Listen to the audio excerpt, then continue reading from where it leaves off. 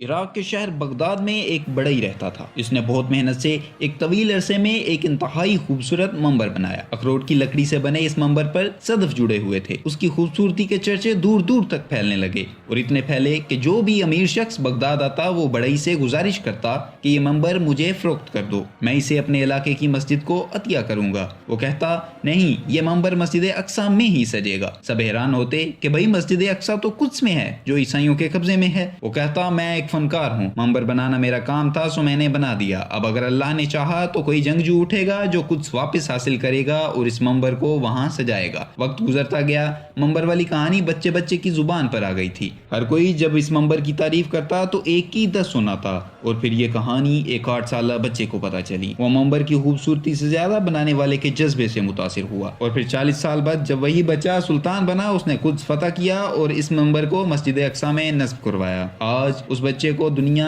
سلطان صلاح الدین ایوبی کے نام سے جانتی ہے۔ یہ فارمیز کی ایک اور ویڈیو میں خوش آمدید۔ سلطان صلاح الدین ایوبی کا تعلق کسی شاہی خاندان سے نہیں تھا اور نہ ہی ان کو سلطنت پلیٹ میں رکھ کر دی گئی تھی، بلکہ ان کو اس کے لیے بہت جنگیں لڑنی پڑیں اور اپنی زندگی کو خطروں سے الجھانا پڑا۔ سلطان صلاح الدین ایوبی کے چچا شرکو نور الدین زنگی کی فوج کے کمانڈر تھے۔ وہ ہر جنگ میں اپنے بھتیجے کو بھی ساتھ لے کر جاتے تھے۔ انہی جنگوں نے سلطان کو نڈر، طاقتور اور سلطان بننے کے قابل بنایا۔ مصر میں موجود فاطمی سلطنت بہت کمزور ہو چکی تھی۔ وہاں پر خلیفہ سے زیادہ اختیارات وزراء کے پاس تھے۔ ان حالات میں مصر کی مدد کے لیے نور الدین زنگی نے اپنے کمانڈر شرکو کو بھیجا۔ وہ اپنے ساتھ سلطان صلاح الدین ایوبی کو بھی لے گئے۔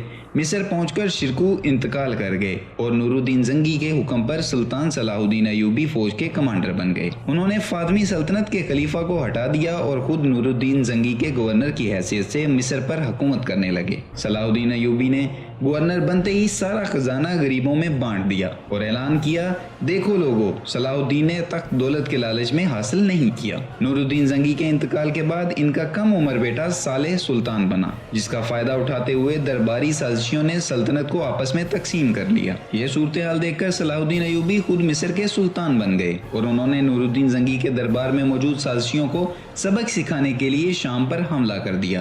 جلد ہی انہوں نے دمشق فتح کر لیا اور مصر سے شام تک ایک بڑی سلطنت کے حاکم بن گئے۔ لیکن سلطان صلاح الدین ایوبی کے لیے سازشی عمرہ یا شام نہیں بلکہ ان کی زندگی کا سب سے بڑا مقصد صلیبی سلطنت تھا۔ صلیبیوں نے 1099 میں بیت المقدس پر قبضہ کر لیا تھا اور 100 سال کے بعد بھی وہ آس پاس کی ریاستوں میں سازشوں اور ان سے جنگوں سے باز نہیں آ رہے تھے، یہاں تک کہ وہ حج پر جانے والے قافلوں پر حملہ کرتے، ان کو لوٹتے اور قتل عام مچاتے۔ ایک دفعہ جب قافلے پر حملہ ہوا تو اس میں سلطان کی بہن بھی موجود تھی۔ قافلہ تو لوٹ گیا لیکن وہ کسی طریقے سے بچ نکلیں اور جب انہوں نے واپس جا کر سلطان کو صلیبیوں کے ظلم کے بارے میں بتایا تو سلطان نے ارادہ کیا کہ اب وہ صلیبیوں کے خلاف فیصلہ کن جنگ لڑیں گے۔ انہوں نے اپنے تمام اتحادیوں کو خط لکھے اور فوج اکٹھا کر کے صلیبیوں پر حملہ کر دیا۔ ان کے مقابلے کے لیے صلیبیوں نے بھی اپنی تاریخ کی سب سے بڑی فوج تیار کر رکھی تھی لیکن ان کو سلطان کے ہاتھوں شکست کا سامنا کرنا پڑا۔ اس طرح سلطان نے بیت المقدس کو صلیبیوں سے آزاد کروا لیا اور یروشلم بھی ان کی سلطنت کا حصہ بن گیا۔ سلطان صلاح الدین ایوبی نے